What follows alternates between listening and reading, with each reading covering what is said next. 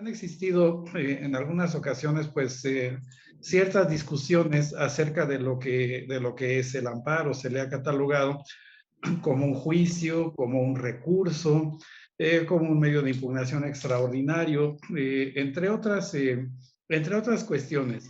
Pero bueno, pues lejos de determinarlo desde estos criterios, desde estos puntos de vista, tal vez lo importante es considerar que el amparo, bueno, pues tiene un ámbito de protección perfectamente delimitado, que es la protección de los derechos humanos que se prevén en la Constitución y además en los tratados internacionales de los cuales nuestro país es parte.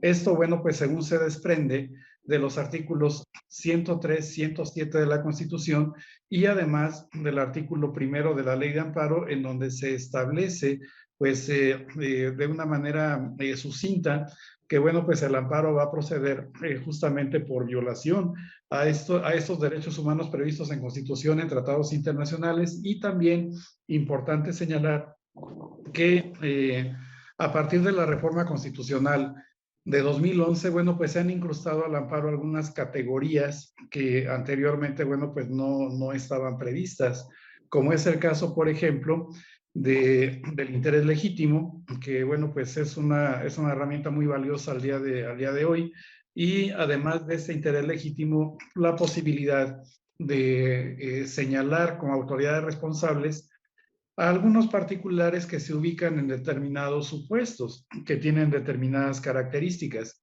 Y pues, temas de suspensión del acto reclamado, que también hay un cambio significativo. Y además, pues parte de lo que vamos a platicar el día de hoy, que bueno, pues es el tema del amparo adhesivo.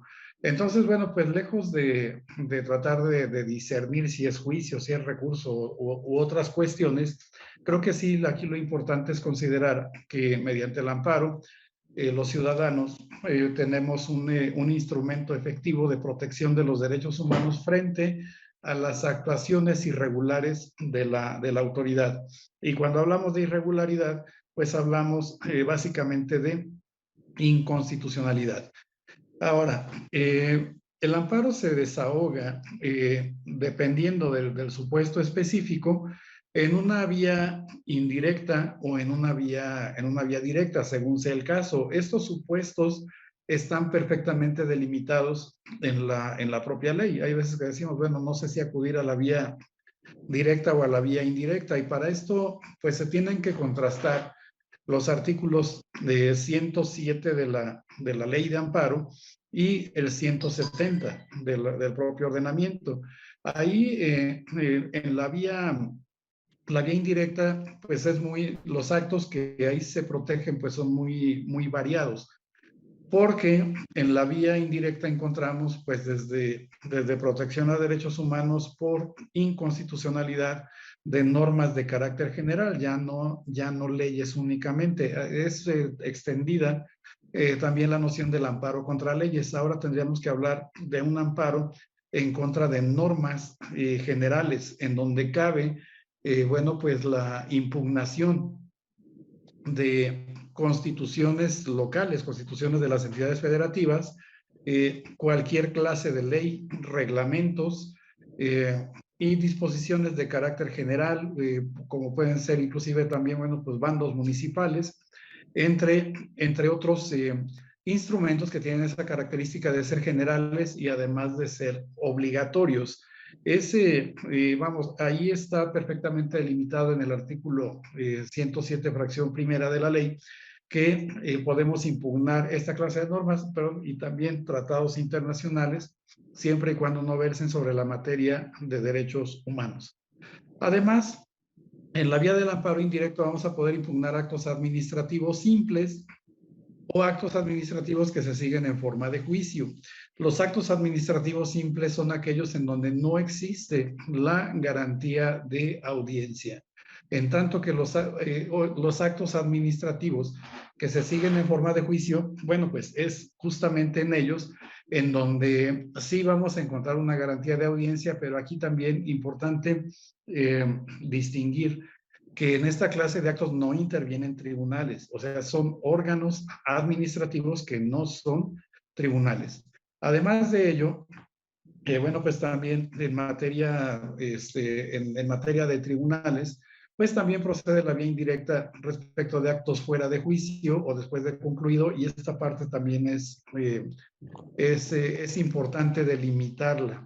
Actos fuera de juicio después de concluido, o sea, los que están fuera de un proceso judicial, ya sea de manera anticipada o bien que esta clase de actos pues nunca van a llegar a un proceso judicial como tal. Y después de este concluido, pues estamos hablando de actos de ejecución de sentencia.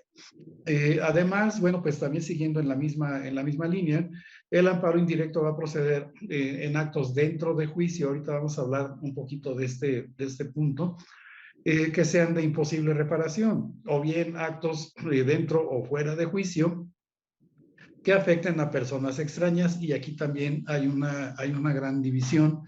Bueno, podemos identificar tres clases de personas que se pueden ubicar en este supuesto de ser extrañas al juicio.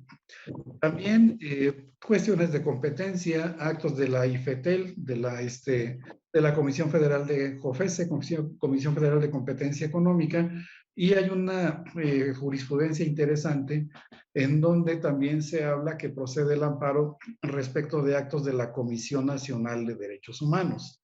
Pero la Comisión Nacional de Derechos Humanos es un organismo constitucional autónomo, no un tribunal, y por lo tanto, a pesar de que esta jurisprudencia no lo dice como tal, no podríamos llevar las violaciones al terreno del amparo directo, justamente porque el amparo directo, como lo veré un poquito más adelante, se ocupa básicamente de actos de tribunales y específicamente sentencias y otra clase de resoluciones que voy a comentar en unos minutitos más. Entonces, bueno, pues tenemos más o menos este panorama, actos o omisiones del Ministerio Público en cuanto a la investigación de los delitos.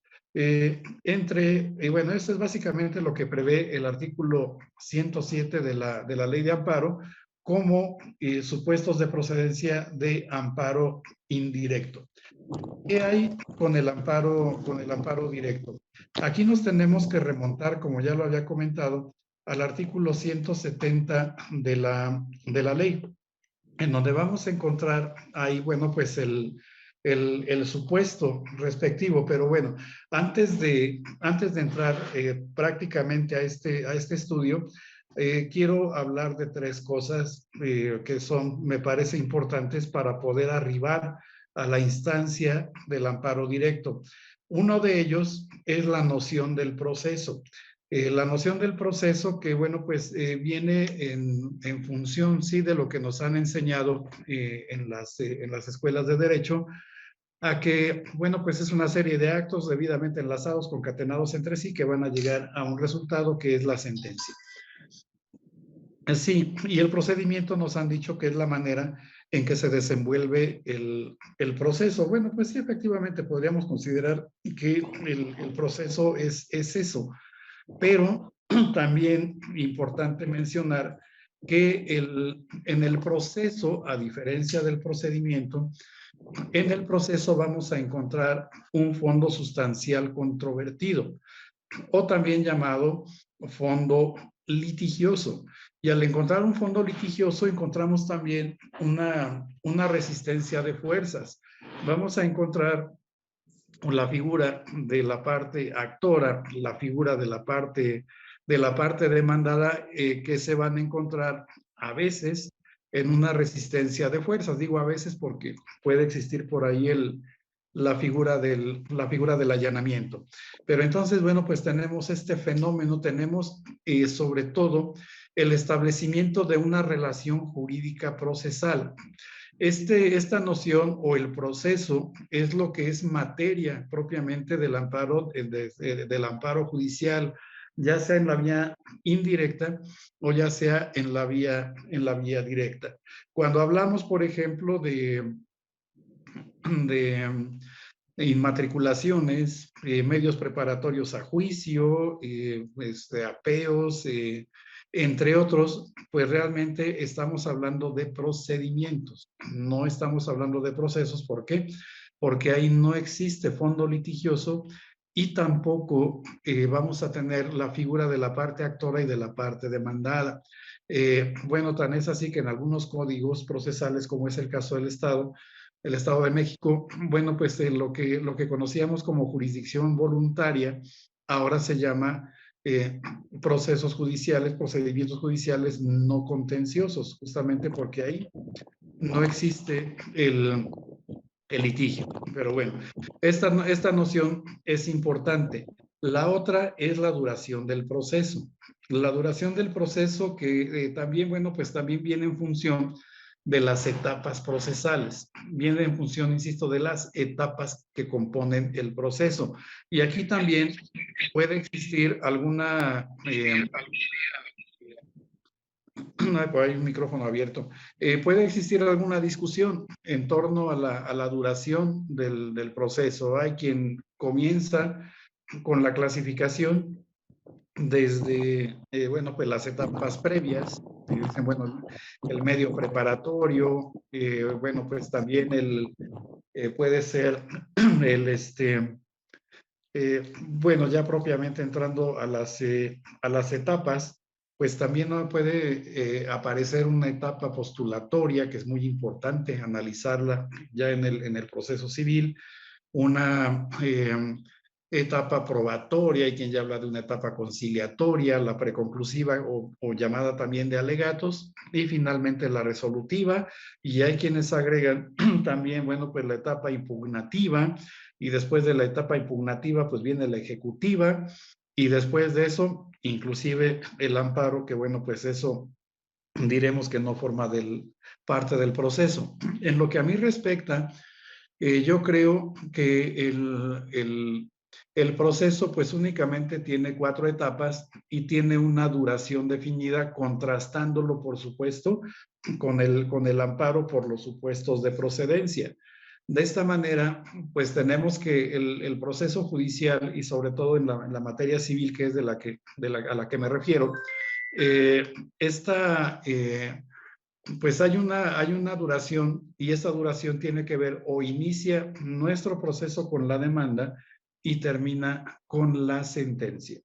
Entonces, con independencia de las discusiones que pudieran existir en torno a la duración del proceso como tal, sí podríamos decir que por lo menos para los efectos del amparo, insisto, por lo menos para los efectos del amparo, el proceso va a iniciar con la demanda y va a culminar con la sentencia. Y esto me refiero de una manera muy rápida a ello, porque, bueno, pues ya como ya les comenté, cuáles son los actos que están fuera del juicio, materia de amparo indirecto, como lo acabo de referir, pudiéramos hablar de un medio preparatorio. Y entonces el medio preparatorio está afuera. Está afuera, o sea, está antes de la interposición de la demanda. Entonces, no podría ser materia de amparo directo, sino de materia de amparo indirecto. Y lo mismo ocurre con el tema de ejecución de las sentencias. Aquí se presenta también un fenómeno interesante respecto del principio procesal llamado preclusión, que abarca varias cuestiones. Es un principio sumamente amplio, pero una de ellas, o una de las funciones del principio de preclusión, es ir dando firmeza y cerrando las etapas procesales, de tal manera que superada una ya no podemos volver atrás.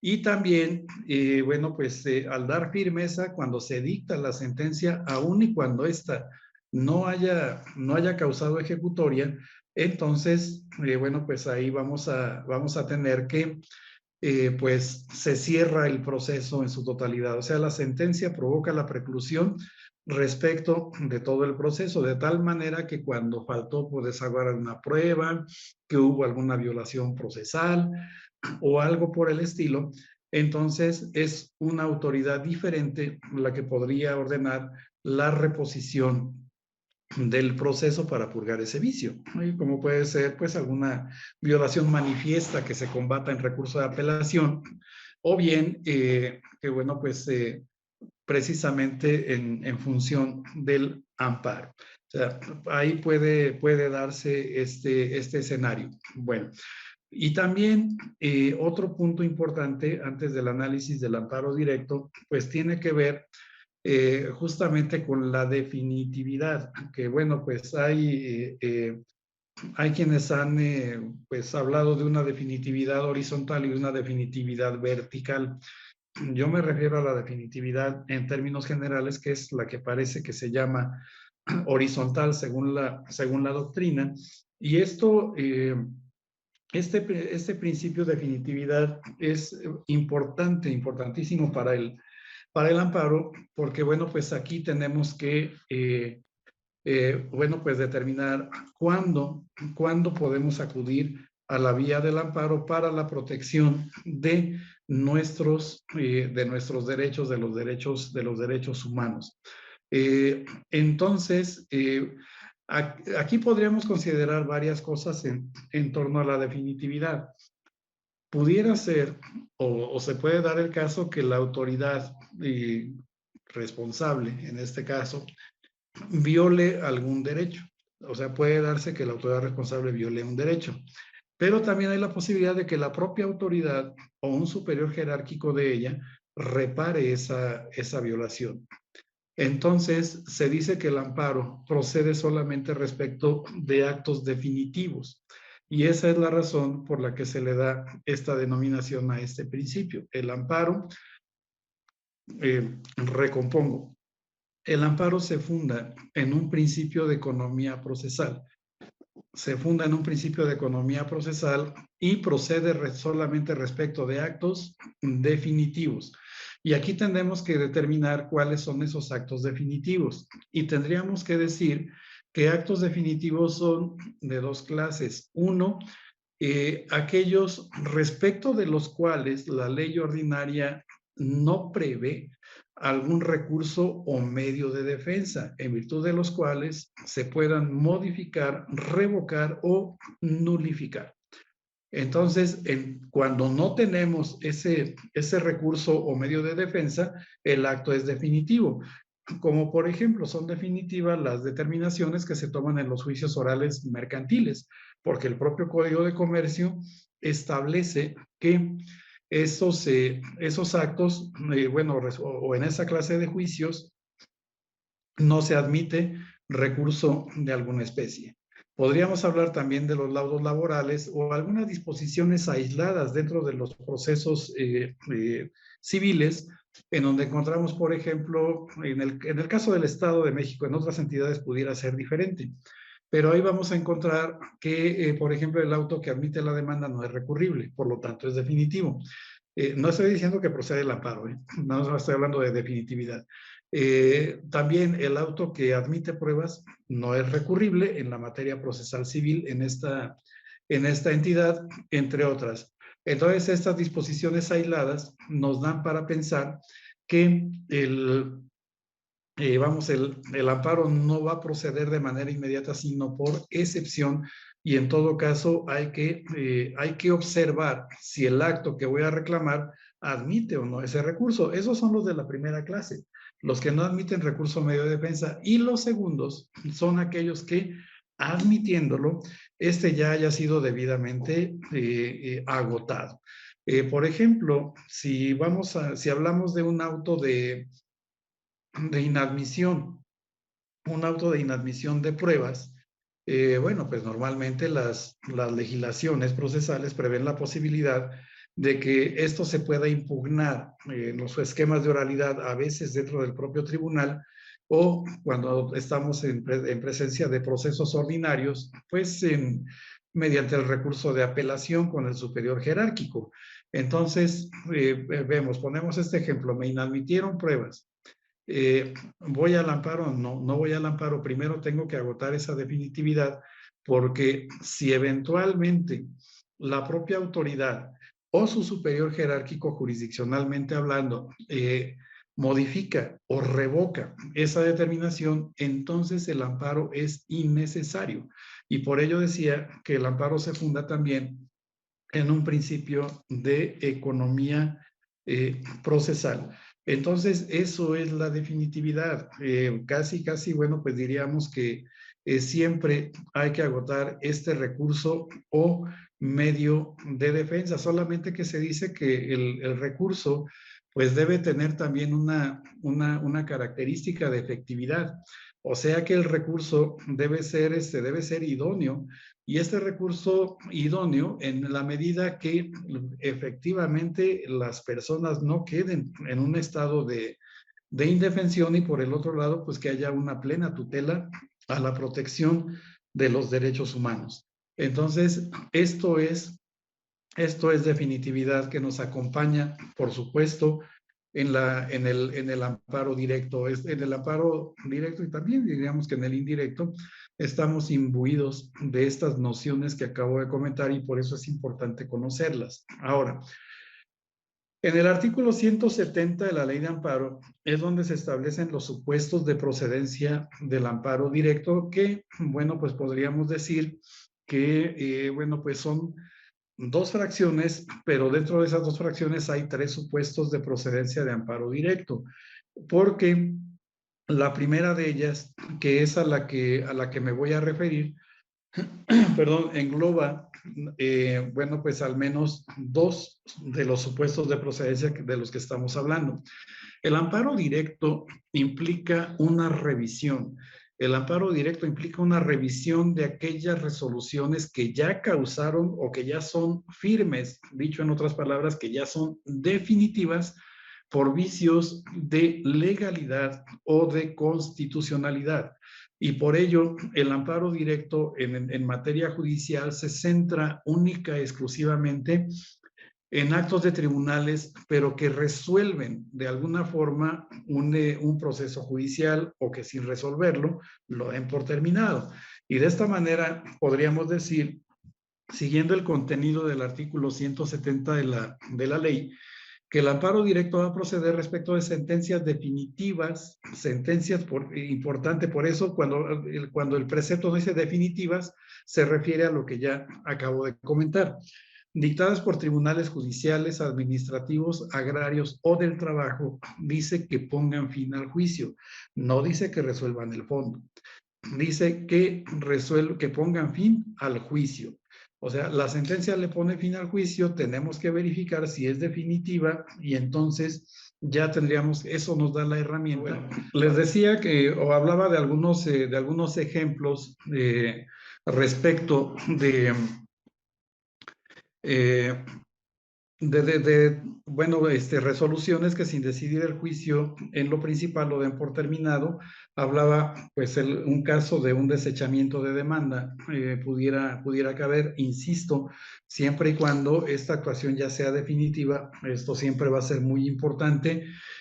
Además de ello, bueno, pues una caducidad de instancia probablemente, una interlocutoria que decida procedente una litispendencia porque da por terminado un proceso, una cosa juzgada directa, o bien simple y sencillamente de una manera completamente atípica, que en algunos casos pudiera darse algún fenómeno que es escaso, pero se ha llegado a dar, en donde de repente a medio proceso el juez dice, doy por terminado el proceso por cualquier cuestión, por ser incompetente, por alguna razón específica.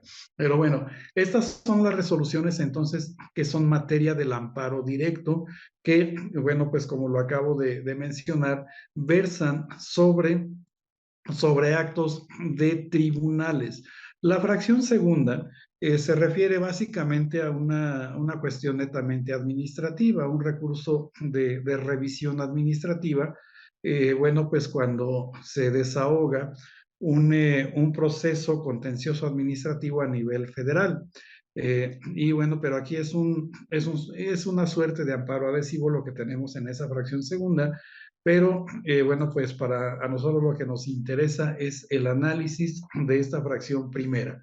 Ahora, la autoridad siempre está actuando. La autoridad tiene un marco normativo y ese marco normativo en la materia del quehacer de tribunales, bueno, pues siempre va a estar emitiendo actos porque está prestando lo voy a llamar de esta manera, un servicio de impartición de justicia.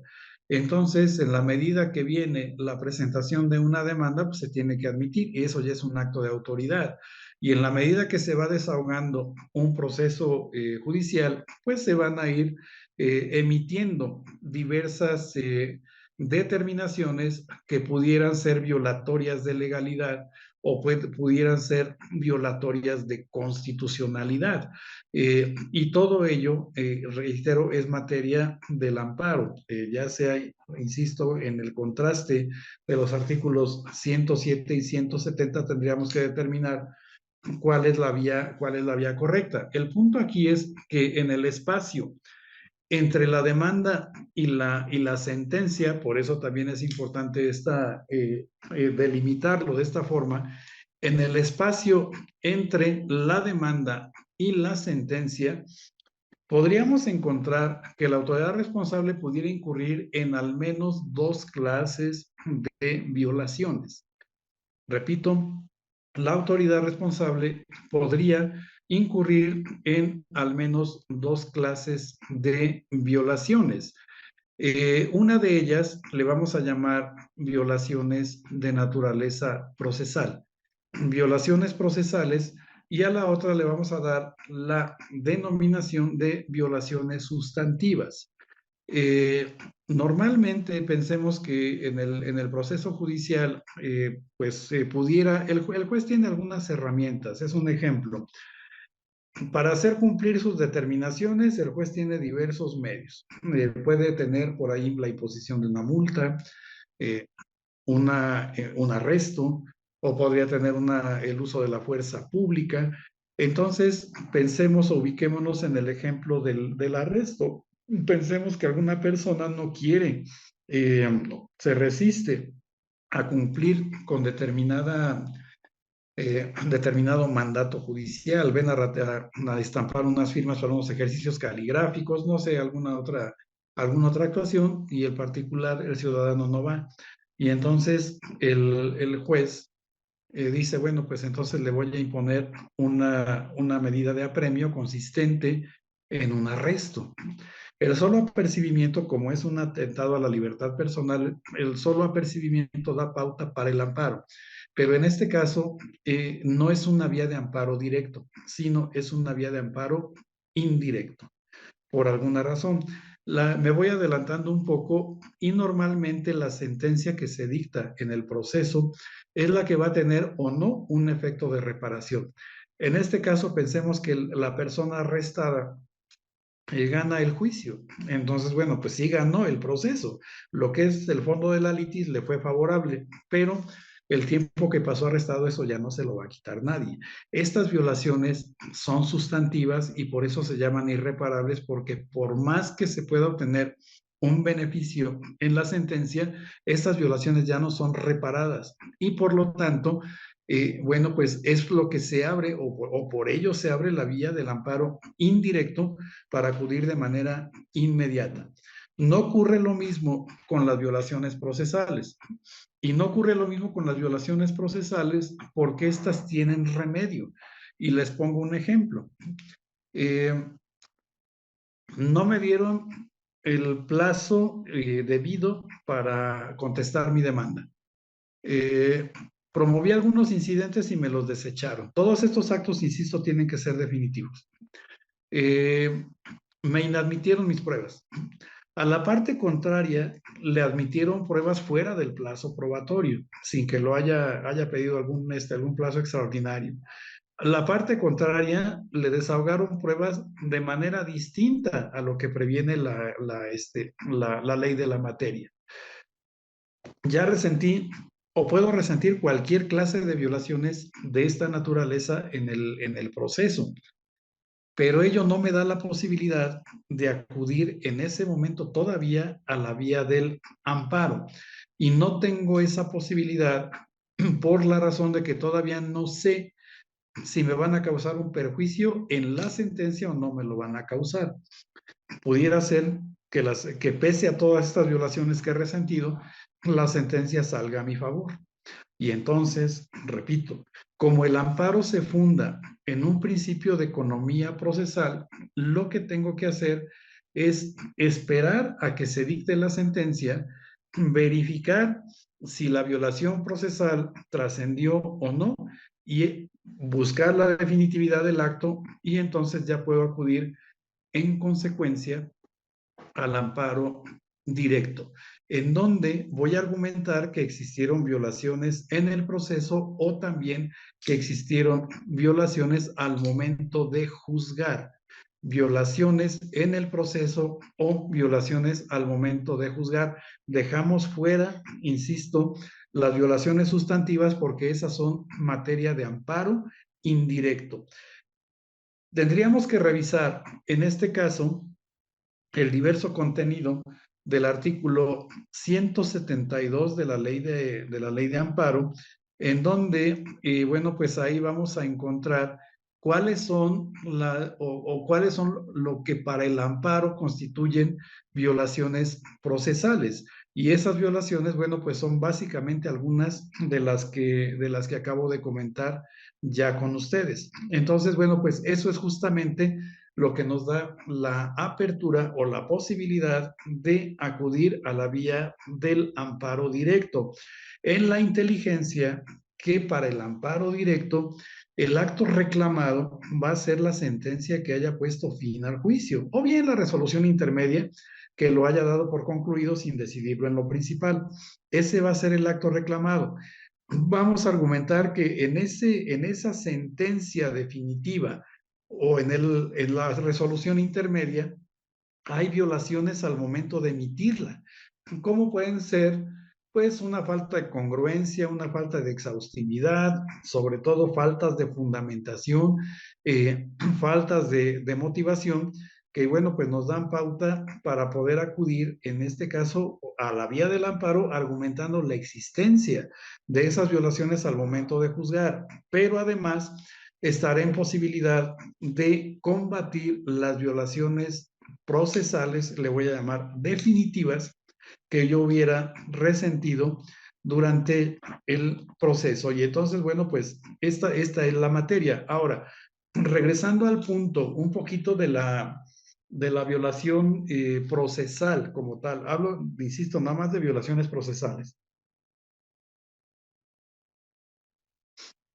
Se dice que deben reunir al menos, o deben darse al menos cuatro supuestos para que estas violaciones procesales puedan ser atendidas en el amparo. Y nuevamente me adelanto un poco. Si el tribunal colegiado, al resolver el amparo directo, advierte que hay una violación procesal al inicio del proceso, pues entonces mandará a reparar hasta allá. Esta sentencia tendrá un efecto de reparación y en consecuencia va a quedar prácticamente todo sin efecto hasta el momento en el que ocurrió esa violación. Se repara y de ahí se repone prácticamente todo el proceso. Ese es el efecto y se le llama efecto de restitución. Pero bueno, en el momento de abordar el estudio respectivo en la sentencia, el tribunal colegiado entonces, bueno, pues va a verificar si se actualizan o no se actualizan violaciones procesales. Y entonces les decía que se deben reunir al menos cuatro supuestos para que las violaciones procesales puedan ser materia de estudio y materia eventualmente de resolución. Y entonces, el primer supuesto que vamos a encontrar para que la violación sea atendida es que ésta se actualice durante el proceso. Esto es, entre la demanda y la sentencia. Por ejemplo, si la parte quejosa dice, es que yo resentí violaciones procesales porque antes de venir al juicio promoví unos medios preparatorios y me obligaron a declarar en contra mía, por ejemplo. Ah, bueno, entonces como esto está fuera del proceso, no es materia de amparo directo, es materia de amparo indirecto. Y entonces esa violación no va a ser atendida. Por ello es importante delimitar que la violación procesal se debe actualizar en el espacio entre la demanda y la sentencia. Segundo supuesto, que deje sin defensa a la parte quejosa, que quede lo que se llama en estado de indefensión. Presenté mi escrito de ofrecimiento de pruebas y me desecharon todas. Todas están desechadas por una o por otra razón. Entonces, bueno, pues seguramente eso me va a provocar una afectación, me va a dejar en estado indefenso. El tercero, que es agotar la definitividad en los términos que ya les había comentado. Por ejemplo, me inadmiten todas mis pruebas, pero yo no hago valer el recurso. Digo, bueno, yo reflexiono, tal vez de manera equivocada, y digo, el acto es definitivo, pues quién sabe. Estoy en un proceso civil, ¿hay apelación? Sí, sí hay apelación, pero mejor que me lo resuelvan en el amparo y no hago valer el recurso correspondiente. El hecho de no agotar el recurso o medio de defensa previsto en la norma, lo que va a provocar es que esa violación se tenga por consentida y al tenerse por consentida se actualiza una causa de improcedencia de aquellas que se prevén, ahí tenemos toda la lista en el artículo 61 de la ley. Y finalmente, que la violación en cuestión tenga una trascendencia al resultado del fallo. Por ejemplo, yo estoy cuestionando la firma de un documento que presentó la parte contraria y estoy diciendo que esa firma es falsa. ¿Cómo voy a acreditar esa falsedad? Con la prueba pericial, por supuesto. Ofrezco la prueba pericial, la ofrezco en tiempo, perdón, pero por alguna causa me la inadmiten y se confirma esa inadmisión. Ahí ya tengo una violación procesal. Y cuando se dicta la sentencia, pero dicen, en la sentencia se establece que no acredite la acción o la excepción opuesta porque me faltó la prueba pericial. Entonces, esa violación, pues sí, ya me está causando un perjuicio.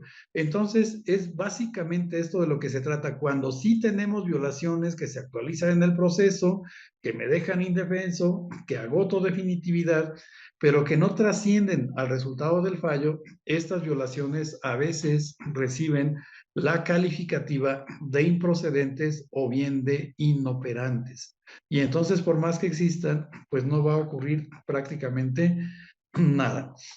Bien, entonces, este es un panorama general acerca de lo que es el amparo directo y en qué descansa, en qué clases de violaciones procesales, violaciones al juzgar, violaciones sustantivas, insisto, no. ¿Ante quién se presenta la demanda de amparo directo?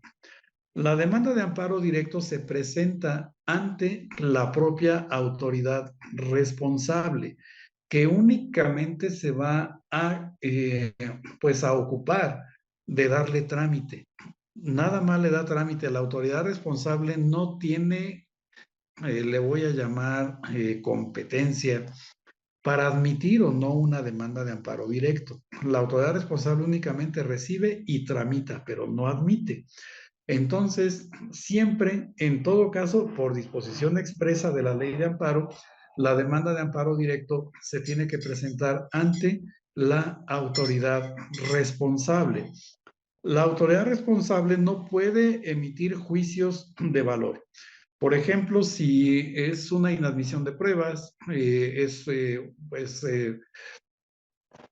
sé, un turno para sentencia, una expedición de copias certificadas, la radicación de un exhorto, y en contra de esas determinaciones pretendemos hacer valer amparo directo. Bueno, evidentemente ese acto no es de los que prevé el artículo 170 de la ley, que son únicamente sentencias que ponen fin al juicio u otras resoluciones que sin decidirlo en lo principal lo dan por terminado.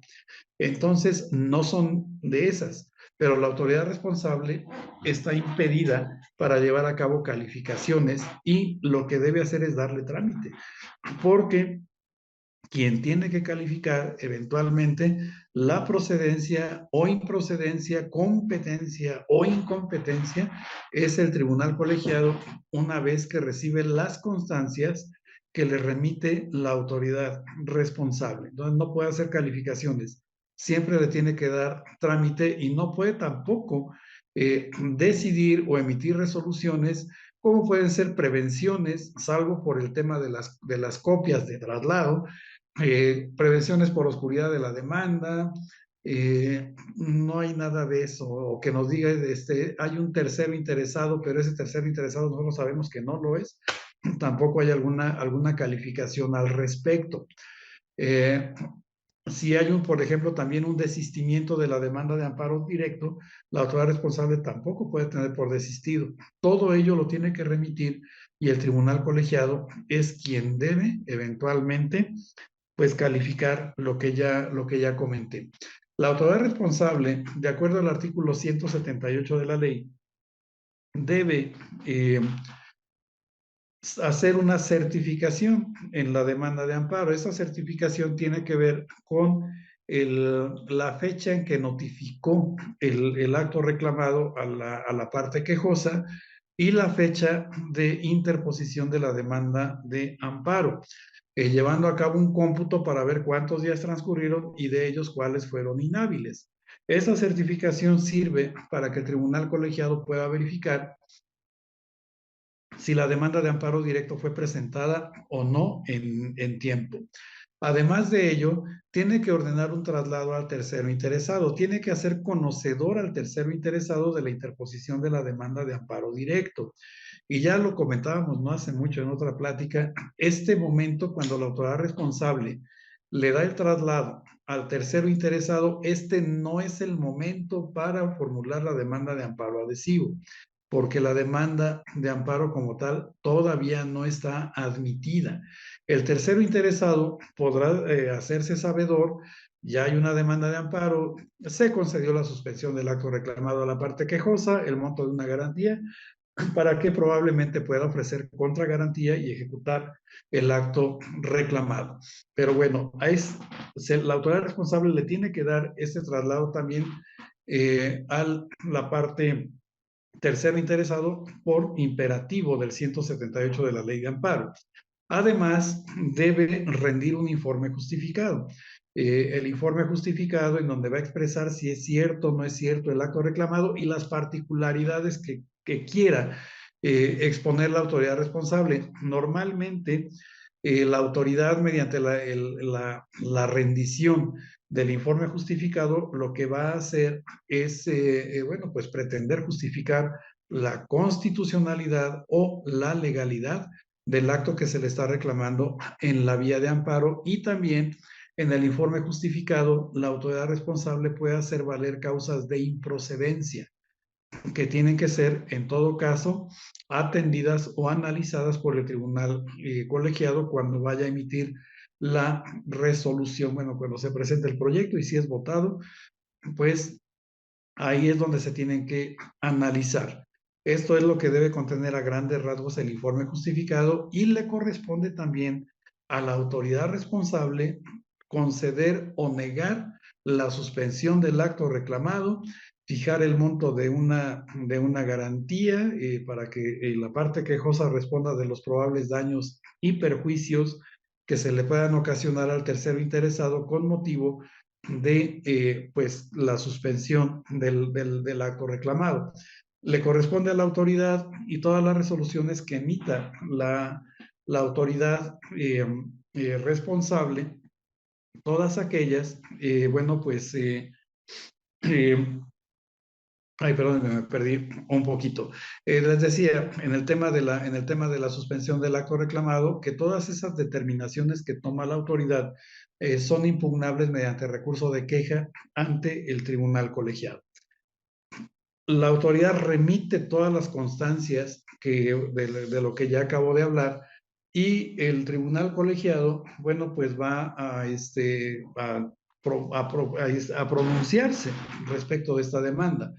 Entonces, bueno, pues va a verificar que no haya causas manifiestas o indudables de improcedencia, verificar su propia competencia, Si la autoridad responsable previno, por ejemplo, en el tema de las copias, que se haya desahogado, en cuyo caso podrá desechar o podrá prevenir nuevamente, o bien, si previene también el tribunal colegiado a su vez por otras razones, pues que estas se desahoguen de manera oportuna. Cuando se supera todo este análisis, el tribunal colegiado admite la demanda de amparo directo. Es hasta ese momento de la admisión de la demanda.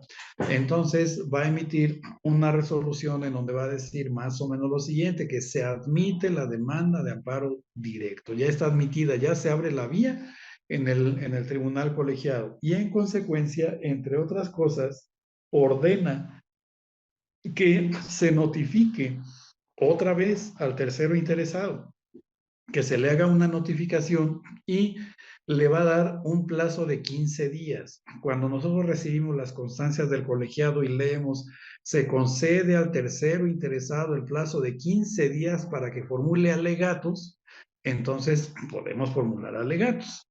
O bien para que formule demanda de amparo adhesivo. Entonces, no es, insisto, cuando el tratado lo da la autoridad responsable. Es cuando nos lo da el tribunal colegiado, cuando podemos ya promover la demanda de amparo adhesivo. Esto a veces confunde y en la práctica vemos que las demandas de amparo adhesivo, pues a veces se presentan ante la propia autoridad responsable. La autoridad responsable tampoco puede calificar y entonces lo que tiene que hacer es remitir las constancias al tribunal colegiado para que, bueno, pues sea el que califique también la procedencia del amparo adhesivo. Normalmente, bueno, pues se ha visto en la práctica que normalmente se admite la demanda de amparo adhesivo pese a que se presentó en una forma distinta a como lo previene la norma. Y bueno, me refiero al amparo adhesivo, ¿cuál es su finalidad? De acuerdo al artículo 182 de la Ley de Amparo, se establece ahí que la finalidad del amparo adhesivo es fortalecer las consideraciones que se expresaron en el fallo definitivo, o sea, aquel que ya causó ejecutoria por ministerio de ley, por no admitir ya recurso adicional, o bien porque el recurso en cuestión ya se haya agotado, en cuyo caso también, cuando la sentencia es confirmada, modificada o revocada por un tribunal de apelación, se dice que causa ejecutoria por ministerio de ley. Ahí ya tenemos el acto definitivo.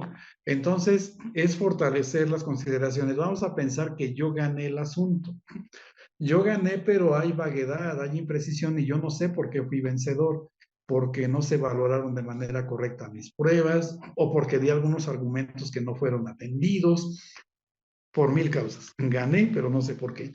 Entonces, una de las finalidades es que se fortalezca ese fallo definitivo, dice la ley, para no quedar en estado de indefensión. Y segundo, cuando existan violaciones procesales que pudieran afectar las defensas del adherente trascendiendo al resultado del fallo. Lo explico de la siguiente forma. Como les comenté al principio de esta plática, en el proceso tenemos una resistencia de fuerzas, tenemos la participación de una parte actora, de una parte demandada, vinculadas ellas por la relación jurídico-procesal.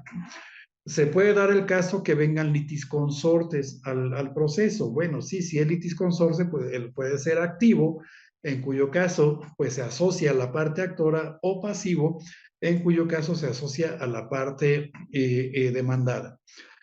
Pero tenemos esa relación jurídico-procesal, parte actora, parte demandada. Entonces, yo gané el proceso, ya les dije, no sé por qué, pero también resentí violaciones procesales, porque, bueno, pues tampoco me dieron oportunidad o me desecharon incidentes a los que tenía derecho. También a la parte contraria le desahogaron pruebas de manera diferente a la prevista por la ley. También a mí me inadmitieron pruebas, es decir, también resentí una serie de violaciones. Entonces, la finalidad del amparo adhesivo en este caso es que se analicen todas las violaciones, o sea, que se analicen todas y cada una de ellas para evitar la proliferación de amparos. O sea, aquí la idea es que bajo un esquema de concentración, bueno, pues todas y cada una de ellas sean resueltas, en el entendido que si se concede el amparo, por ejemplo, porque no me dieron los días completos para contestar mi demanda. Eso lo tengo básicamente al inicio del proceso. Y acá el quejoso adherente dice que no le admitieron sus pruebas. Desde el momento en que hay una restitución al goce del derecho violado, que cronológicamente aparece en primer lugar, la violación que acabo de comentar, pues se va a conceder el amparo para el efecto de que le des los días completos para que conteste la demanda, en cuyo caso todas las demás violaciones procesales que aparecen en la línea de tiempo del proceso van a desaparecer porque todas ellas van a quedar sin efecto. Entonces ya no podrían ser materia de este amparo. Ahora, y para culminar con esta participación, eh, el amparo adhesivo es amparo adhesivo, no es un amparo directo como tal, en mi opinión, porque el amparo directo se presenta ante la autoridad responsable y tiene ciertos requisitos. El amparo adhesivo es accesorio. El amparo adhesivo no se presenta ante la autoridad responsable, se presenta desde el punto de vista legal ante el tribunal colegiado. Y además se dice o dice la ley que el amparo adhesivo es accesorio del principal, o sea, del amparo directo, y sigue la suerte de este. Por lo tanto, cuando se sobresee en el amparo directo o no se concede el amparo y protección de la justicia federal, entonces ya es innecesario el análisis ya del amparo adhesivo. Este queda así como tal. Finalmente, no dejo de lado una cuestión importante. En su origen, el amparo directo fue de única instancia. Y fue de única instancia porque de él conocía únicamente la Suprema Corte. Entonces, pues no había la posibilidad de una revisión por un tribunal superior porque pues ya no lo hay. Tiempo después aparecen los tribunales colegiados de circuito en auxilio de la Suprema Corte para resolver el amparo directo. Y en este caso, bueno, pues con la evolución que hemos tenido, particularmente cuando vino la ley de amparo de 2013, pues a ella se estableció un sistema mediante el cual se puede o puede prosperar el recurso de revisión en amparo directo, siempre y cuando en la sentencia que se va a impugnar en el amparo se aborden cuestiones de constitucionalidad o se establezca la interpretación de un precepto constitucional. En este caso, cuando ello ocurre, porque hay veces que vamos al recurso cuando no hay ese análisis. Entonces, cuando ello ocurre, pues se abre la posibilidad, insisto, de acudir al recurso de revisión del que va a conocer la Suprema Corte. Pero la Suprema Corte también puede limitar el acceso al recurso de revisión si no se surten criterios relevantes en materia de constitucionalidad o de protección de derechos humanos. Y esto en virtud de una reforma, me parece que 7 de junio de 2021, esta reforma, bueno, pues ya dio paso para que dejar de lado aquella noción de los criterios de importancia y trascendencia y ahora ya es relevantes en materia de constitucionalidad o de derechos humanos. Y también si la Corte determina inadmitir el recurso por no reunir estos criterios, o porque simple y sencillamente no se llevó a cabo el análisis de constitucionalidad, entonces esta resolución que emite la Corte antes de la reforma que acabo de mencionar admitía el recurso de reclamación. Actualmente, en virtud de esta reforma, ya se dice que respecto de esa determinación que tome la Corte, no procede recurso alguno. Y entonces, bueno, pues básicamente más o menos en una hora desahogamos un esquema de amparo directo. Y bueno, pues como es una participación breve, pues yo nuevamente agradezco a mi querido amigo José Luis Flores González, a todos ustedes por su asistencia y por su atención. Y bueno, pues de mi parte por el momento es todo y cuanto. Muchísimas gracias. Muchas gracias, doctor. Ha sido una conferencia muy ilustrativa, con tan poco espacio temporal. Nos dio usted una panorámica muy amplia de lo que es el amparo directo civil, e incluso abordó usted aspectos del amparo indirecto en materia civil, como son los actos de ejecución irreparable, que aquellos en los cuales a veces se confunden como litigante si pueden ser violaciones procesales o pueden ser actos de ejecución irreparable. Y la diferencia está en que los de manera irreparable son los que afecten directamente derechos sustantivos y no meramente intraprocesales, como usted acertadamente lo ha señalado. Queremos abrir un espacio de preguntas. No sé si usted está de acuerdo en contestarnos algunas preguntas para que nuestros asistentes nos hagan las preguntas que estimen pertinentes. Lo pueden hacer ya sea en el chat o de manera directa, diciéndonos su nombre y la pregunta, por favor. Sí, con todo gusto, adelante. Gracias, doctor. ¿Alguna pregunta, por favor? Hola, buenas tardes, doctor. Mi nombre es Raúl León. Adelante. Una pregunta. En tratándose de las sentencias donde se resuelve la situación de cosa juzgada refleja, ¿esa sentencia resuelve el fondo del juicio o da por concluido el juicio? Para Ok. efectos del amparo. Para efecto, hay que recordar que lo que prevé el 170 es que lo dé por concluido, es decir, que se emita la sentencia nada más. O sea, no dice la sentencia que le ponga fin al juicio, pero la ley de amparo no dice cuál es el contenido de esa sentencia. Normalmente, bueno, pues efectivamente la cosa juzgada refleja, se tiene que resolver al momento en que se dicta la sentencia, porque es materia probablemente de prueba. Entonces se dicta la sentencia y esa sentencia es la que le pone fin al juicio. El juicio ya terminó. En consecuencia, esta sentencia, ya una vez que causa ejecutoria, es impugnable en la vía del amparo directo. Cuando se resuelve una cosa juzgada directa, al hablar de cosa juzgada directa, me refiero a la figura de la cosa juzgada desde el punto de vista material. La cosa juzgada tiene efectos formales y materiales. Entonces, tenemos una cosa juzgada desde el punto de vista material, en donde se nos va a decir que en otro proceso ya se resolvió y que en ese proceso o que se actualiza entre aquel y el nuevo, una plena identidad en las personas, el carácter con el que participan, en las cosas, en las causas y en las acciones. Cuando se resuelve esta excepción de manera anticipada en las etapas de depuración, se está dando también por concluido el juicio y no se está decidiendo en lo principal.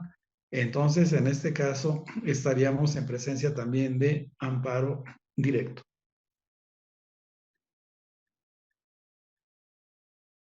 ¿Alguna otra Gracias, pregunta? magistrado. Bueno, veo aquí en el chat nuestro compañero Leobardo. Si en amparo directo me quejo de la calificación de posiciones o de interrogatorio, se puede conceder para que se realice correctamente la calificación y ordenar que las posiciones se... Yo creo que aquí, compañero amigo Leobardo, lo que cabe es justamente uno de los supuestos del 172 que nos indica que las pruebas se desahogan en forma distinta a cómo lo previene la ley. Aquí lo importante, lo interesante del punto es que esta violación, que sí es procesal, por supuesto, nos cause un perjuicio al momento en que se dicte la sentencia. La famosa trascendencia, esto es fundamental. Si las posiciones fueron mal calificadas, pero no tiene una trascendencia al resultado, entonces pues es inútil conceder un amparo, pero creo que sí cabe perfectamente la posibilidad. Aquí también hay que ir delimitando lo siguiente. En algunas legislaciones cabe la posibilidad de que se pueda impugnar la decisión respecto de la calificación del interrogatorio, en otras no. Entonces, en aquellas en donde se permite que se interponga algún recurso, como puede ser la revocación, algún otro, hay que agotarlo para darle definitividad al acto. En caso de que no se prevea algún recurso, bueno, pues entonces en este caso, pues entendemos que esta calificación es definitiva, en cuyo caso pues ya nos tenemos que situar en la procedencia del amparo, argumentando por supuesto la violación procesal. Aquí tal vez como, digo, no está de más, ¿verdad? Pero señalar que el amparo en la materia civil, en la materia mercantil son de estricto derecho. No cabe suplencia de queja. Entonces, en tanto seamos más expresivos, más abundantes en la expresión de los conceptos de violación, pues yo creo que es mejor. Señores magistrados del Tribunal Colegiado, formulé estas posiciones, no me fueron calificadas de legales, no tengo recurso disponible, me ocasionaron este gravamen que en la sentencia y por ello vengo a la vía del amparo. Entonces creo que por ahí existe la posibilidad. Rigoberto, muchísimas gracias por su comentario.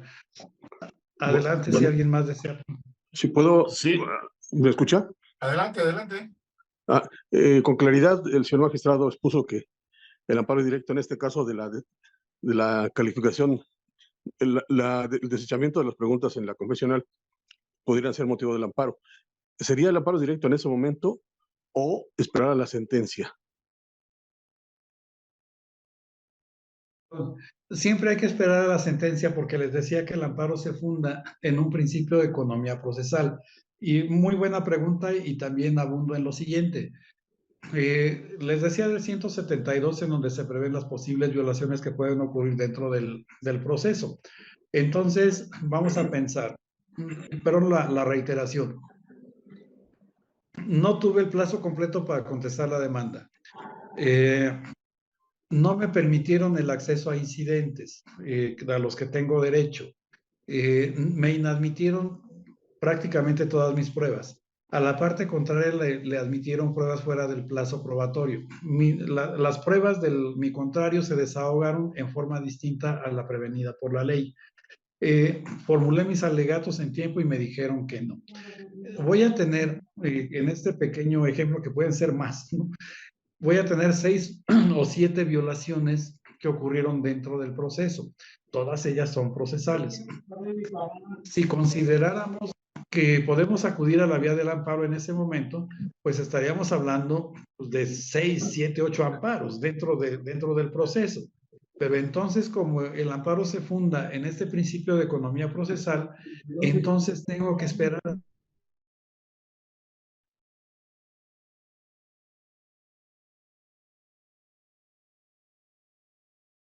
Ya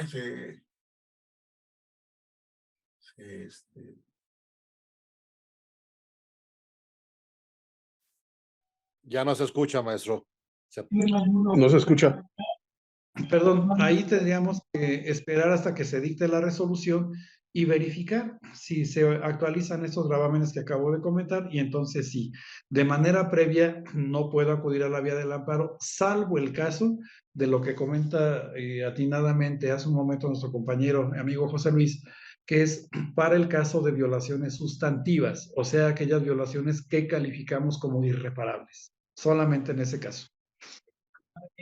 Correcto, magistrado. Entonces, los actos procesales que sí ameritan recurso porque lo considera el código, ahí sí tenía que agotarse el recurso y en su caso el amparo indirecto para no esperar a la sentencia, ¿verdad? No, en todo caso hay que agotar el recurso. En todo caso hay que agotar el recurso para darle definitividad al acto. Le ejemplifico. Nuevamente, me inadmiten mis pruebas. Es una violación procesal. Hay un recurso de apelación. Entonces, yo tengo que agotar el recurso de apelación. Se resuelve y se confirma la inadmisión de mis pruebas. Ya quedé en estado de indefensión, pero eso no provoca que yo pueda acudir al amparo en ese momento, porque yo ya le di definitividad al acto, que es un aspecto fundamental, pero sigue siendo necesario esperar hasta que se dicte la resolución. porque probablemente yo sea vencedor en la sentencia. Y entonces esta violación no tuvo mayor trascendencia. Por el contrario, me inadmiten mis pruebas y no hago nada. No interpongo el recurso. Llegado el momento, y voy al amparo y digo, oye, tribunal colegiado, me inadmitieron mis pruebas. Me van a decir, sí, pero como no agotaste el recurso, entonces el acto es consentido y por lo tanto tu violación es inoperante. Entonces, con independencia de de que hagamos valer, bueno, sí tenemos que hacer valer el recurso, reitero, para darle definitividad, por eso es tan importante este principio. Correcto, magistrado. Muchas gracias. ¿Alguna pregunta más? Yo tengo una pregunta muy simple, por favor. Adelante, adelante. Me falló el internet en ese momento y no escuché. Me queda duda, ¿quién provee sobre la suspensión en el amparo directo? ¿La responsable o el tribunal? La autoridad responsable, en todo caso, por imperativo de la ley de amparo. La ley de amparo establece que en el directo, quien provee sobre la suspensión del acto reclamado es la autoridad responsable. Y entonces el tribunal colegiado sí conoce de suspensión, pero solamente en el caso del recurso de queja. Esto es, negué la suspensión a recurso de queja. Concedí la suspensión a recurso de queja por parte del tercero interesado. Di el monto de la garantía, recurso de queja. O sea, el tribunal colegiado únicamente va a conocer de suspensión, pero vía el recurso cuando éste se hace valer. Por lo demás, la autoridad responsable es la que tiene que determinar si concede, si niega, cuánto va a fijar como un monto de garantía, si eventualmente admite una contragarantía del tercero interesado para que se pueda ejecutar el acto, entre otras cuestiones. Pero es a la autoridad responsable quien le compete proveer. Ajá, gracias. Y respecto al procedimiento, pues es decir, como en el indirecto, cuando se fija la audiencia interlocutoria para resolver sobre la suspensión, o sea, ¿lo lleva a cabo la responsable o le ordena? ¿Qué sucede ahí? Buena pregunta. Mire, la suspensión, bueno, la ley de amparo es una codificación procesal. Las codificaciones procesales normalmente tienen una parte en donde van a establecer reglas generales. Y entonces dentro de las reglas generales de la suspensión, pues sí encontramos lo que usted acaba de comentar, bueno, cuando se pide, o más bien cuando existe una suspensión a petición de parte, la suspensión provisional, bueno, pues se concede o se niega, se fija en 5 días una fecha para que se lleve a cabo una audiencia que se llama audiencia incidental, en donde se va a determinar si se concede o se niega lo que se llama suspensión definitiva.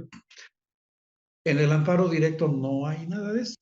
En el amparo directo únicamente tiene que mediar una petición. Concédeme la suspensión del acto reclamado, pero en el amparo directo no se prevé la figura de la suspensión provisional, de la audiencia incidental, tampoco de las pruebas, porque en el amparo indirecto, en la suspensión a petición de parte, normalmente hay la posibilidad de ofrecer 2 pruebas únicamente, 2 clases de pruebas, la documental y la inspección, y excepcionalmente la testimonial.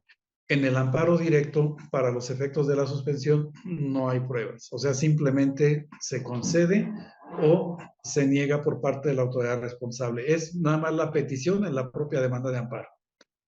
Es discrecional de la responsable. Perdón, discrecional, efectivamente, como lo acaba de comentar.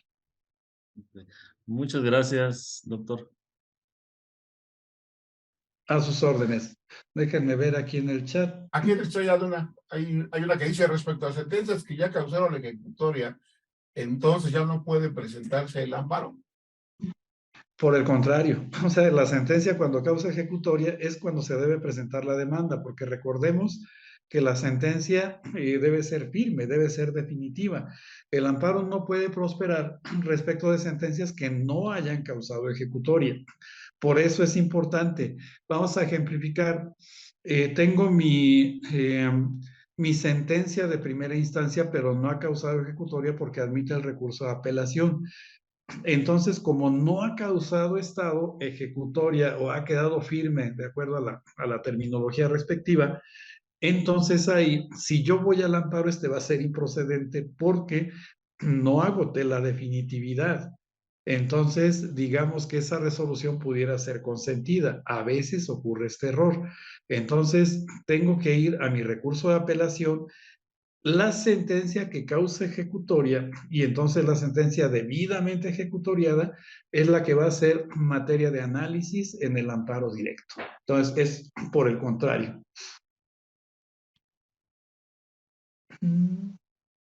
¿Hay alguna otra pregunta? Si no, ya Hay una más aquí que veo, sí. dice el compañero Eduardo Loza, si en la sentencia se realizó una deficiente valoración y análisis del debido proceso en relación con la garantía de audiencia, puede ser factible el recurso de revisión en amparo directo. Muchas gracias por su comentario.